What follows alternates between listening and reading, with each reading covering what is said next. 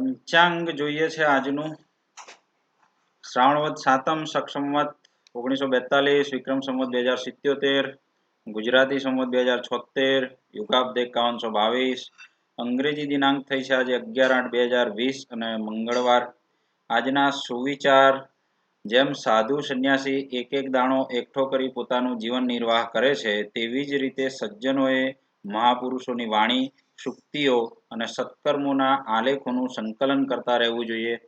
આજના દિન વિશેષ પર નજર કરીએ છે। અમર બલિદાની ખુદીરામ બોઝનો આજે બલિદાન દિવસ છે। માત્ર 19 વર્ષની ઉંમરે તેમને ફાંસી આપવામાં આવી હતી।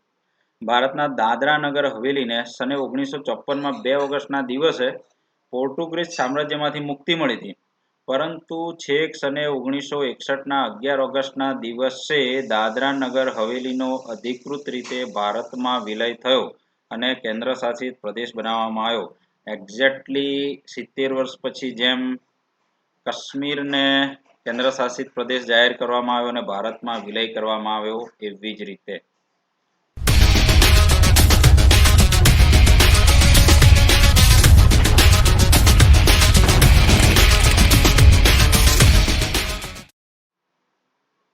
હાય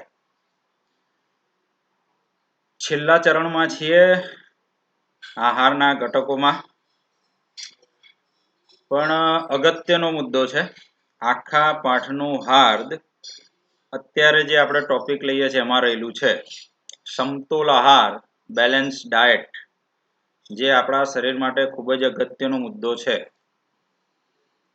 આમ તો બધા જ આહારના જુદા જુદા પોષક તત્વો અને તત્વોની વાત કરી છે, પણ એમાં સમતોલ આહાર વિશે શીખવું અને સમજવું ખૂબ જરૂરી છે કે આપણે દિવસ દરમિયાન જે પણ કંઈક જમીએ છીએ અથવા તો ખાઈએ છીએ તમામે તમામ આપણો આહાર છે, પણ આપણા શરીરનો વૃદ્ધિ, વિકાસ, રોગ સામે પ્રતિકારક શક્તિ એ દરેકે દરેક વસ્તુ ક્યાંક ને ક્યાંક જુદા જુદા આપણા જે તત્વો છે, પોષક તત્વો છે એના ઉપર આધારિત છે। હવે એ બધા જ પોષક દ્રવ્યો આપણા શરીરને મળવા જરૂરી છે। દાખલા તરીકે કાર્બોદિત છે, પ્રોટીન છે, ચરબી છે, રેસા છે, પાણી છે, વિટામિન છે, ખનિજ ક્ષાર છે, આવી તમામ વસ્તુ આપણા શરીરને મળવી જરૂરી છે। કોઈક પોષક તત્વની આપણે વધારે જરૂર હોય, કોઈક ઓછી હોવી જોઈએ, પણ એવું નહીં, પણ એ બધું જ સપ્રમાણ હોવું જોઈએ। તમામે તમામ આપણા શરીરની જરૂરિયાત મુજબ સમતોલ પ્રમાણમાં મળી રહે તો આવો જે આહાર આપણે ખાઈએ એ સમતોલ આહાર છે। ટૂંકમાં આપણે જે કંઈ શીખ્યા કાર્બોદિત છે, પ્રોટીન છે, એવા તમામ પોષક તત્વો આપણા શરીરની જે જરૂરિયાતના છે એ તમામે તમામ આપણને જો મળતા હોય સપ્રમાણમાં તો એ સમતોલ આહાર છે, અને બેલેન્સ ડાયટ કહી શકાય। બરાબર છે। હવે એ બેલેન્સ ડાયટમાં એવું આપણે નક્કી ના કરી શકીએ કે ભાઈ મારે આજે ચરબી યુક્ત આહાર જોઈએ છે, મારે કાર્બોદિત આહાર જોઈએ છે, આજે હું વિટામિન્સ લઈશ, આવી આપણે વાત કરતા નથી, પણ આપણે જે ખોરાક લઈએ છે એમાંથી ક્યાંક ને ક્યાંક અથવા તો આપણા ખોરાકમાં એ પ્રકારનો સમાવેશ હોવો જોઈએ કે જેથી આપણને એ પૂરતો આહાર મળી રહે। આપણે એક કાર્ય કરી શકીએ, દાખલા તરીકે આપણે જે રોજિંદો આહાર લઈએ છીએ એમાં સોમથી તો રવિવાર સુધીનો એક ચાર્ટ બનાવી શકાય।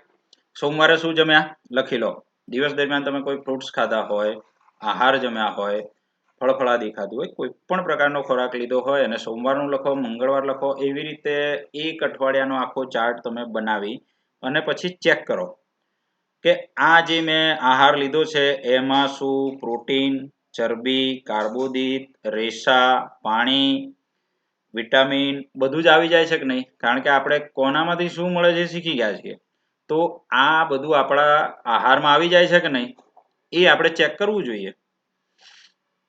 એવું નક્કી ના કરી શકાય કે પ્રોટીન લઈશ, ચરબી લઈશ, આવું કંઈ નક્કી કરી શકાતું નથી, પણ ઘણા બધા એવા આહાર છે કે જેમાં એક કરતા વધારે પોષક તત્વો રહેલા છે। તો એવા કેટલાક અહીંયા આપેલું છે કે દાખલા તરીકે કઠોળ છે, મગફળી છે, સોયાબીન, અંકુરિત બીજ છે, પછી કેળા છે, પાલક છે, શાકભાજી છે, આવા ઘણા બધા એવા એમાં ચોખા, ઘઉં, ચોખા, મકાઈ એ પણ આવી જાય છે। એવા કેટલાક પદાર્થો નિયમિત એવા છે કે જે તમે એક કરતા વધારે પોષક તત્વો વાળા છે અને તમામ પ્રકારનું આપણને આહાર મળી શકે એમ છે।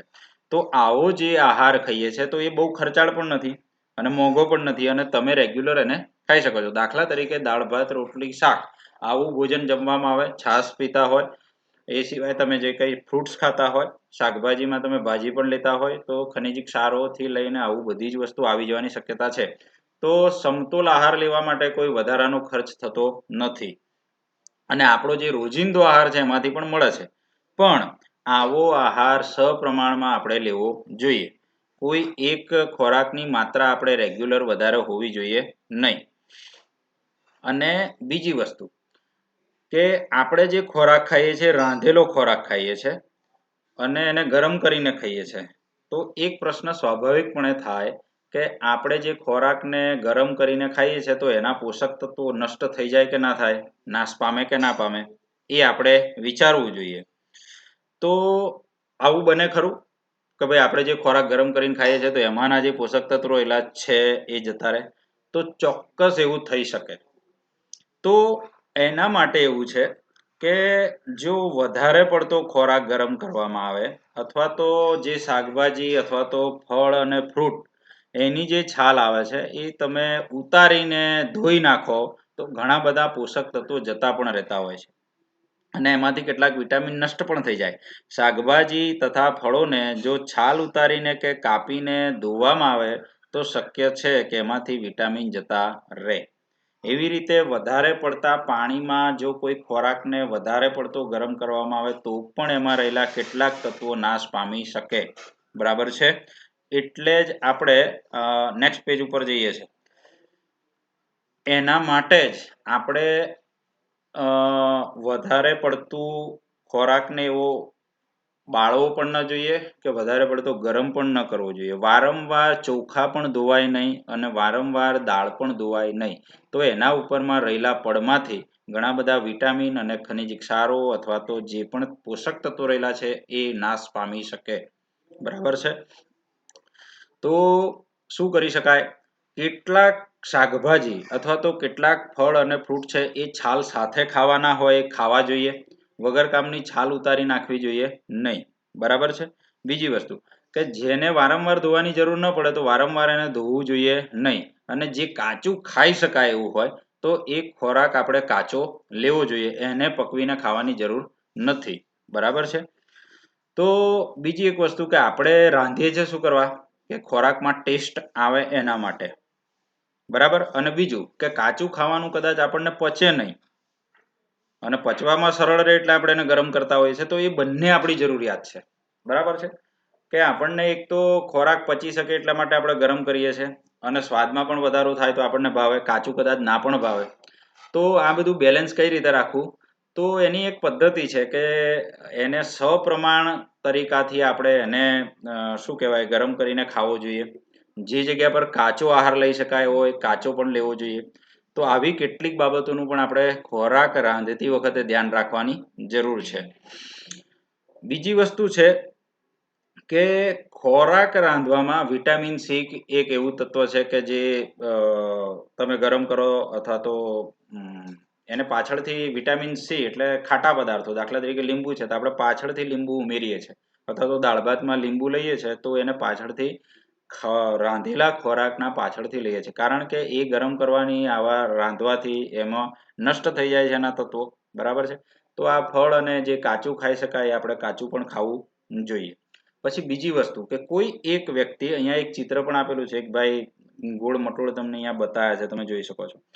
તો કોઈ એવું વિચારે કે ભાઈ મારે ચરબીયુક્ત આહાર ખાવો છે તો માત્ર ને માત્ર તળેલી વસ્તુઓ માત્ર ને માત્ર જે તેલમાં તળેલી વસ્તુઓ ખાવામાં આવે તો શું થાય? તો એ પણ યોગ્ય નથી. આપણા શરીરને તમામ પ્રકારના આહાર મળવા જોઈએ. એ ન મળે તો અહીંયા જે ભાઈ બતાવ્યા છે એવું શરીર આપણું થઈ શકે. તો વધારે પડતા ચરબીયુક્ત આહાર પણ હાનિકારક છે. એ પણ આપણે લેવા જોઈએ નહીં. બરાબર છે? અને એના કારણે શરીર જાડું થઈ જાય, મેદસ્વી થઈ જાય માણસ અને હૃદય રોગ થવાની શક્યતાઓ રહે. બરાબર છે? શરીર નબળું પાતળું હોય, શરીરમાં ચરબી ન હોય તો ચરબીયુક્ત આહાર ખાવો જોઈએ. પણ એ પણ સપ્રમાણમાં હોવો જોઈએ. ઠીક છે? તો બીજો એક પ્રશ્ન એવો થાય છે કે જો આપણે આ જે અહીંયા પોષક તત્વો બતાવ્યા છે, આહારના જે ઘટકો બતાવ્યા છે એ નથી લેતા તો શું થાય? તો શું થઈ શકે? તો અહીંયા એના માટેના કેટલાક રોગો છે કે જે આપણને આમંત્રણ આપી શકે છે કે જો વધારે પડતી એની ઉણપ આપણા શરીરમાં હોય કે દાખલા તરીકે કોઈ વિટામિન્સ આપણા શરીરને નથી મળતા, કોઈ પોષક તત્વ ખનિજ ક્ષાર નથી મળતું, કોઈ કેલ્શિયમ નથી મળતા કે એવી કંઈક ને કંઈક બાબતો છે તો આપણા શરીરના વૃદ્ધિ વિકાસમાં અવરોધ ઊભો થાય કે આપણે 15 વર્ષના હોય તો 15 વર્ષના ના દેખાઈએ, 15 વર્ષ પછી આપણું 40 કિલો વજન થવું જોઈએ તો એના બદલે કદાચ 20-25 કિલો થાય, આપણી હાઈટ 5 ફૂટ હોવી જોઈએ તો 5 ફૂટને બદલે કદાચ આપણે 4 ફૂટના પણ ના થઈ રહીએ. તો આ બધી ખોરાકની ઉણપો છે. તો એવા જે ઉણપથી જે રોગ થાય છે એ લાંબા સમય સુધી આપણને એની ઉણપના લીધે જે રોગ થાય છે ત્રુટિજન્ય રોગ કહેવાય. કેવા રોગો કહેવાય છે? ત્રુટિજન્ય, કે જે આપણે જે પોષક તત્વો છે આપણા શરીરને એ નથી મળતા એના કારણે રોગ થાય છે. તો આવા જે રોગ છે એ ત્રુટિજન્ય રોગ કહેવાય છે.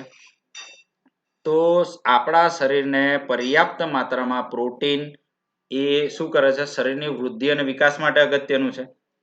તો એ ન મળે તો આપણે કેવી સ્થિતિ થાય કે આપણી વૃદ્ધિ ના થાય. મેં તમને કીધું એમ 15 વર્ષનો હોય તો એનું ઊંચાઈ અને વજન એના પ્રમાણસર ના થાય, બરાબર છે, અને ક્યાંક ને ક્યાંક શરીરમાં રોગ રહે કાયમી, તો એ બધા પ્રોટીનના કારણે થઈ શકે. પછી બીજું કે શરીરને શક્તિ કોણ આપે છે? કાર્બોદિત પદાર્થ અને પ્રોટીન. તો કાર્બોદિત ન મળે તો પણ એવું થાય કે એના શરીર દુબળું પાતળું થઈ જાય, એની વૃદ્ધિ અને વિકાસ ન થાય, આવું પણ થઈ શકે છે. વિટામિન અને ખનિજ ક્ષારો ન મળે તો પણ કેટલાક રોગ થાય છે, બરાબર છે.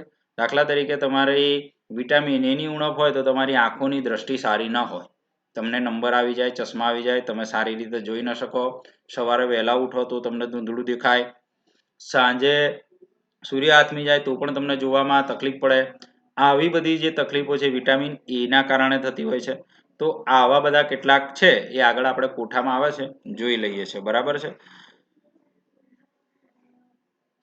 બીજું કે આવો સમતોલ આહાર જો તમે લેતા હોય, તમારું બેલેન્સ ડાયટ કમ્પ્લીટ હોય તો આવા બધા કોઈ રોગ થવાની શક્યતા નથી. બીજું કે એ રોગો કયાથી શું થાય છે એનો એક પાછળ કોઠો આપ્યો છે, એનો આપણે એક અભ્યાસ કરી લઈએ છે, એના પર પણ નજર કરી લઈએ.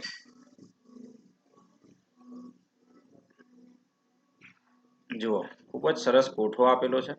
વિટામિન એ, મેં તમને વાત કરી છે કે વિટામિન એ શરીરનું ખૂબ જ અગત્યની બાબત છે, અને જો એ ન મળે તો ઘણી બધી રોગો થવાની શક્યતાઓ રહેલી છે. દ્રષ્ટિહીનતા અને રતાંધળાપણું, બરાબર. દ્રષ્ટિહીનતા, આંખો નબળી છે તો સમજવું વિટામિન એ ની ખામી છે, અને એના માટે ગાજર તમારે ખાવા જોઈએ.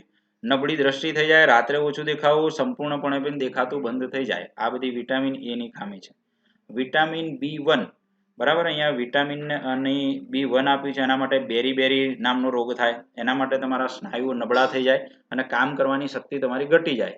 તો એ બેરી નામનો રોગ તમને વિટામિન B1 ની ઉણપથી થાય, અને આ ખાલી જગ્યામાં જોડકામાં આવવાની શક્યતાઓ છે, એટલે આ કોઠો યાદ રાખવો અને આપણા શરીર માટે ઉપયોગી છે, તો એ પણ આપણે ધ્યાને લેવું જોઈએ. વિટામિન સી, જેને વિટામિન સી ની કમી હોય એને સ્કર્વી નામનો રોગ થાય છે. સ્કર્વી શું છે? તો આપણા પેઢામાંથી લોહી નીકળે, આપણને કોઈ જગ્યાએ વાગ્યું હોય તો એની પણ રૂજ ના આવે, વહેલું રૂજ ન આવે. તો વિટામિન સી માટે શું કરવું જોઈએ? ખાટા ફળો ખાવા જોઈએ, ખાટા પદાર્થો ખાવા જોઈએ, દહીં લઈ શકો છો તમે, સાથે લીંબુ પણ ખાઈ શકો છો, એ બધા વિટામિન સી છે. વિટામિન ડી સૂર્યપ્રકાશથી સીધું મળે છે, બીજું કાંઈ તમારે લેવાની જરૂર નથી, આહારમાં સીધું આવી જાય તો ચાલે. તો એના માટે રિકેટ્સ નામનો સુક્તાન, યાદ રાખવા જેવો શબ્દ છે, સુક્તાન, એ સુક્તાન નામનો રોગ થાય છે. તો હાડકાઓ નાજુક બનીને વળી જાય, ઘણા એવા વિકલાંગ બાળકો તમે જુઓ છો જેના હાડકા વળેલા હોય છે, તો એ સુક્તાનના રોગી છે, તે વિટામિન ડી ના કારણે થાય છે.